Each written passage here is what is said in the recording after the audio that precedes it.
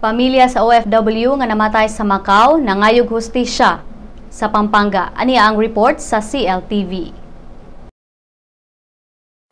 Hindi matanggap ng asawa ng Kapampangang OFW nasawi sa Macau ang kinahinatnan ng kanyang may bahay. Si Villamor Austria ay ang asawa ni Imelda Ignacio Austria na nasawi sa isang aksidente sa naturang bansa. Si Imelda ay nasagasaan ng isang kontseng minamaneho ng isang Chinese national habang tumatawid sa Macau Tower bandang alas 10 ng umaga nitong nakaraang Sabado.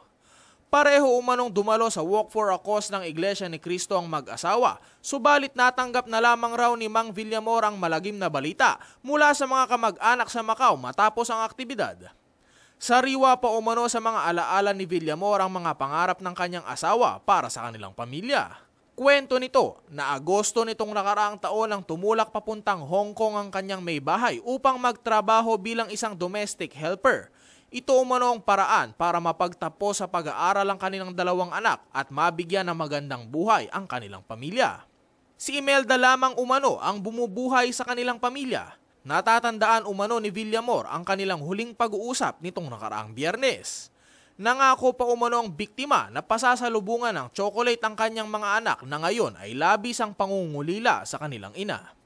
Sabi sa anak niya, yung sabi nung isa ko, yung bunso ko, "Mami, uwi ka na, namimiss na kita," sabi niya. O sige, sabi niya, uwi ako ng Sabado. Yun ka, Sabado lang uwi, sabi niya, uwi.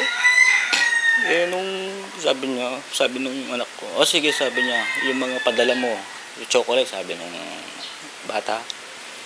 Sabi sa akin naman ni Mrs. sabi, para bibiruin ko lang siya, sabi nung bunso ko. Ngayon, masaya yung bunso ko. Ngayon, nung Sabado, yung nangyari nga yun, siyempre, masakit nga. Ayon kay Villamor, hindi umano papanagutan ng Chinese national ang pagkasagasa nito sa kanyang may bahay. Subalit gagawa raw sila ng paraan upang ito ay maparusahan sa insidente. Kaya bukod sa agarang pag-uwi ng mga labi ng kanyang may bahay, hiling din ni Austria na harapin ng sospek ang naganap na insidente. Sabi niya yung nakasagasa sa kanya, talaga daw batas sa kanila yun. Na yung kahit na nasagasa, kahit na namatay siya, kasi nga wrong way nga yung pinasukan niya, pinuntahan niya. Kaya wala raw siyang ikakaso sa kanya. Kasi kasalanan daw ng misis ko. Hindi naman pwede yung konsiderasyon, sabi ko, nakapatay siya ako. Baka mamaya, hindi sapat yung ibibigay na konsiderasyon lang, sabi ko. Siyempre, nandyan na rin, namatay na rin siya, sabi ko. Ayusin na natin, sabi ko sa kanila.